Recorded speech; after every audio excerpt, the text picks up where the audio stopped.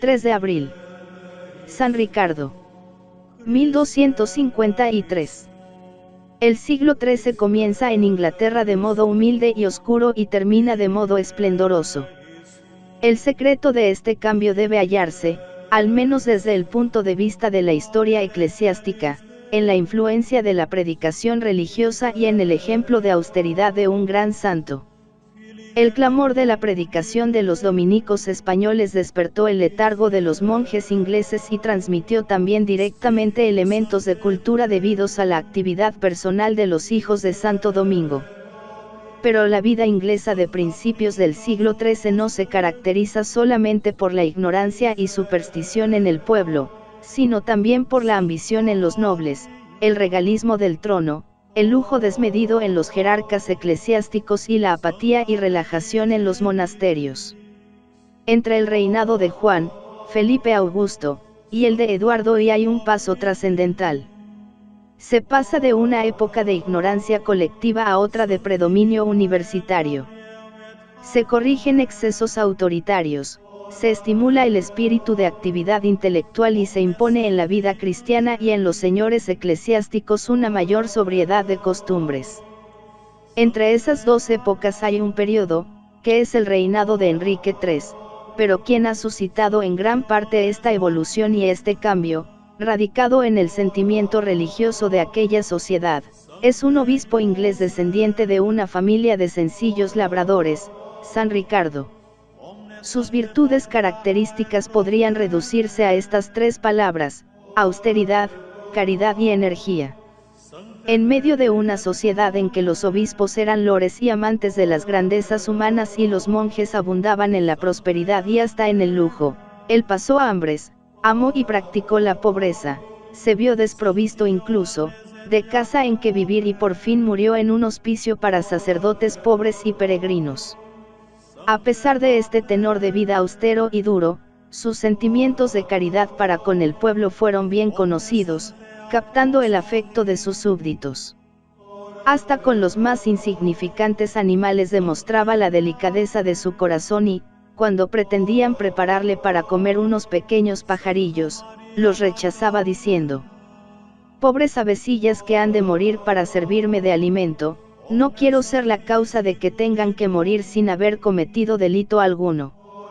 Pero, al mismo tiempo, es sorprendente que un temperamento tan delicado fuera, sin embargo, enérgico e intransigente cuando se enfrentaba con la inmoralidad o la avaricia. Quizá el ambiente de su familia campesina, acostumbrada a vivir en contacto con la naturaleza, fue una base para estos sentimientos, al parecer encontrados. El campo enseña a ser llanos y rectilíneos como la realidad de la misma naturaleza y, al mismo tiempo, fomenta los sentimientos de ternura para con los pájaros y de solidaridad y fraternidad con los vecinos. La casa de sus padres estaba en Wischt, y allí nació Ricardo en 1197.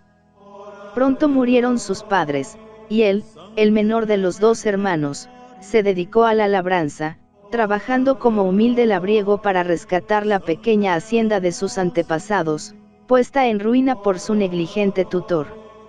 Dejando en manos de su hermano Roberto la fortuna conseguida y la posibilidad de un casamiento con una rica doncella, se marchó a Oxford para comenzar una nueva vida. En la universidad estudió con tesón, pero en su persona no hubo cambio de modo de ser. Conoció la pobreza y hasta el hambre, y, por no tener siquiera medios para encender un fuego con que calentarse durante el invierno, tenía que correr por los campos para mantener el calor natural.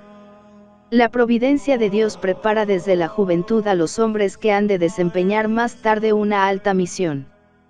El recuerdo de los días duros de sus años de estudiante y la costumbre adquirida de soportar las dificultades cotidianas habrían de ser una gran experiencia para el más tarde obispo de Chichester.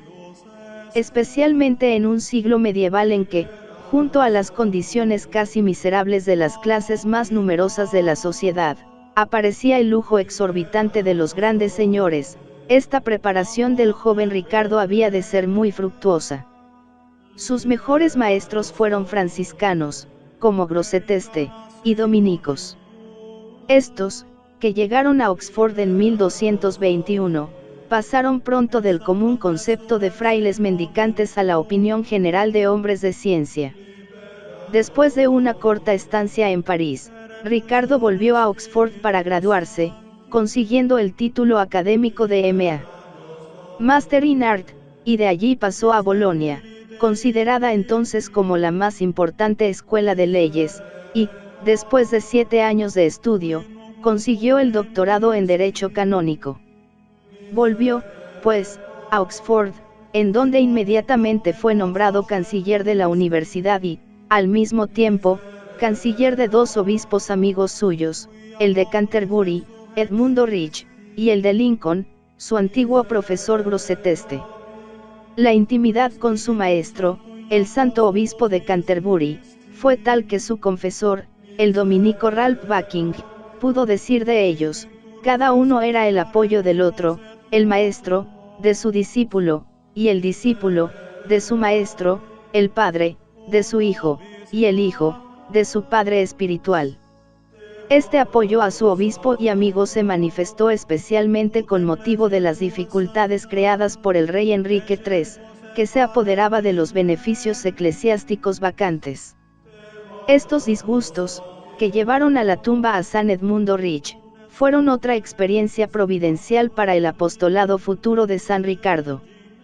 Se retiró a Orleans, en donde enseñó como profesor durante 2 años y allí fue ordenado sacerdote en 1243. Sus primeros ministerios sacerdotales fueron como párroco en Deal, en Inglaterra, pero pronto fue llamado de nuevo a la Cancillería de Canterbury por el nuevo obispo Bonifacio de Saboya. Pasado 1 año solo de su ordenación sacerdotal, fue nombrado obispo de Chichester por el arzobispo de Canterbury, pero su nombramiento chocó con las apetencias absolutistas del rey. En efecto, Enrique III, presionando sobre los sagrados cánones, obtuvo en principio la elección de Roberto Pacelewe para ocupar la silla de Chichester, vacante por la muerte del obispo Ralph Neville, pero el arzobispo de Canterbury se opuso enérgicamente y, convocando el cabildo de sus sufragáneos, decidió el nombramiento de Ricardo. El favorito del rey, según Mateo de París, era un hombre que había conseguido el apoyo del monarca gracias a injustos manejos con los que había aumentado el erario real en unos millares de marcos. La historia humana aún sigue llena de semejantes injusticias, pero la providencia de Dios guía a sus elegidos por caminos maravillosos. A pesar de su legítimo nombramiento no pudo tomar posesión de su silla, hasta 1 año después. El rey Enrique III recibió airado su elección y se apropió todos los beneficios eclesiásticos de la diócesis, negándose a reconocerle como legítimo obispo. Una vez más los intentos absolutistas de los poderes civiles se manifestaban en la historia inglesa del siglo XIII. Pero el Papa Inocencio IV, que a la sazón presidía el Concilio de León, le ratificó y consagró personalmente el 5 de marzo de 1245. A pesar de ello el rey dio órdenes de que se le cerraran todas las puertas a su regreso a Chichester, prohibiendo, además, que se le facilitara casa o dinero.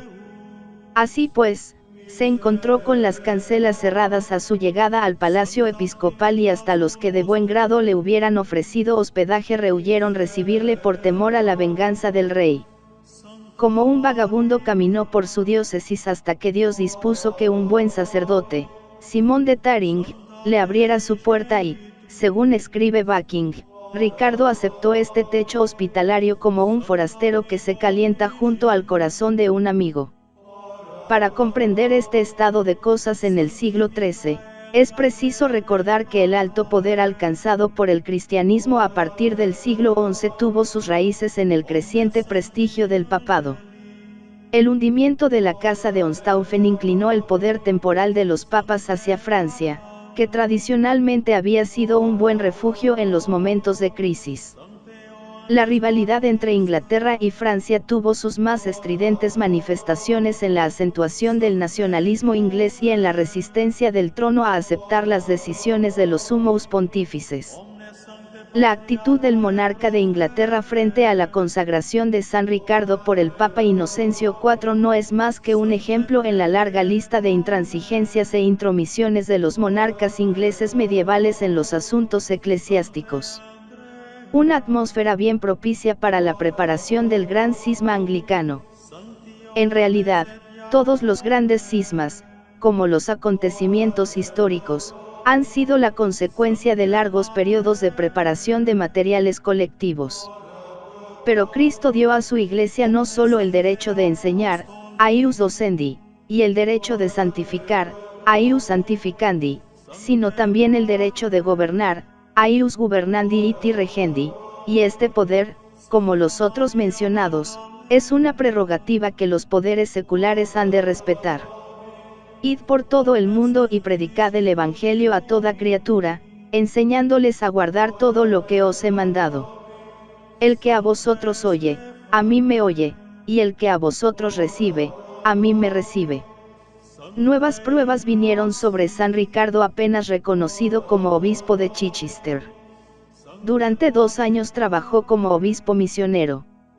Visitó las chozas de los pescadores y las casas de los humildes, viajando casi siempre a pie, desprovisto de todo.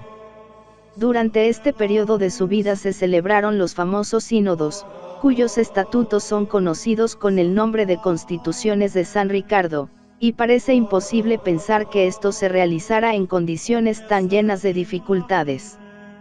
Estas constituciones recogen los abusos más comunes en su época, conocidos personalmente por él mismo y atacados y condenados con extraordinaria energía. En realidad, la entereza de carácter no está reñida con la bondad y la caridad paternal. San Beda el Venerable, comentando cómo las turbas seguían a Jesús, dice que precisamente las dos cualidades que el pueblo demanda en sus jefes son, la bondad y la autoridad, la bondad porque los purifica. Son desgraciados y necesitan comprensión, y la autoridad porque son débiles y necesitan donde apoyarse.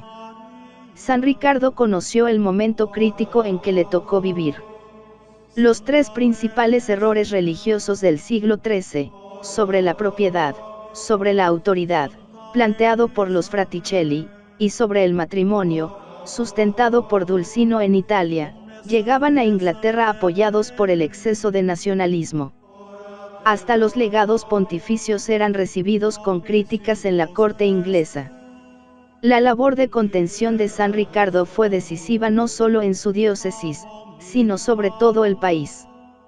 Es curioso comprobar que todas las grandes herejías religiosas traen como consecuencia trastornos sociales en la vida de los pueblos. Estos 3 mismos errores religiosos del siglo XIII sobre la propiedad, la autoridad y el matrimonio podrían ser considerados como las fuentes de 3 grandes herejías sociales de nuestro tiempo, el comunismo, el anarquismo y el naturalismo. En realidad, puede decirse con razón que todas las revoluciones han comenzado por la teología, la filosofía y los errores ideológicos. El apostolado de San Ricardo de Wischt, obispo de Chichester, fue una continua defensa del derecho frente al abuso y de la doctrina del Evangelio frente al nepotismo reinante. Solía decir que Cristo no dio la primacía de su iglesia a su pariente San Juan, sino a San Pedro, que no pertenecía a su familia. Las ideas se impusieron como consecuencia de su educación fundamental por la enseñanza de los dominicos. Es interesante el ver que, al final de este siglo, se alza en Inglaterra la abadía de Westminster, considerada como el predominio de las ideas profundas sobre la concepción superficial de la vida de comienzos del mismo siglo. Un símbolo de ideología y de tendencia a la libertad del espíritu. Pero, junto a esta energía de carácter, sus 8 años de obispado fueron también una continua prueba de su ardiente caridad con los humildes y de su espíritu de austeridad para consigo mismo. Mientras otros se regalaban en fiestas y banquetes, él conservaba siempre una gran frugalidad en sus comidas. Aun cuando el rey, amenazado por la excomunión, reconoció su legitimidad y devolvió algunos de sus bienes a su iglesia, él continuó su mismo tenor de vida. Esta sencillez de costumbres y su acendrada caridad y amabilidad fueron, sin duda, las causas principales por que su pueblo le amó con sincero afecto. La mayoría de sus muchos milagros fueron hechos a petición de los humildes. Murió a los 55 años, en una casa para pobres sacerdotes, Mais Dieu, rodeado de sus discípulos, y fue canonizado 9 años después. Su fiesta se celebra en las diócesis de Westminster, Birmingham y Sadek.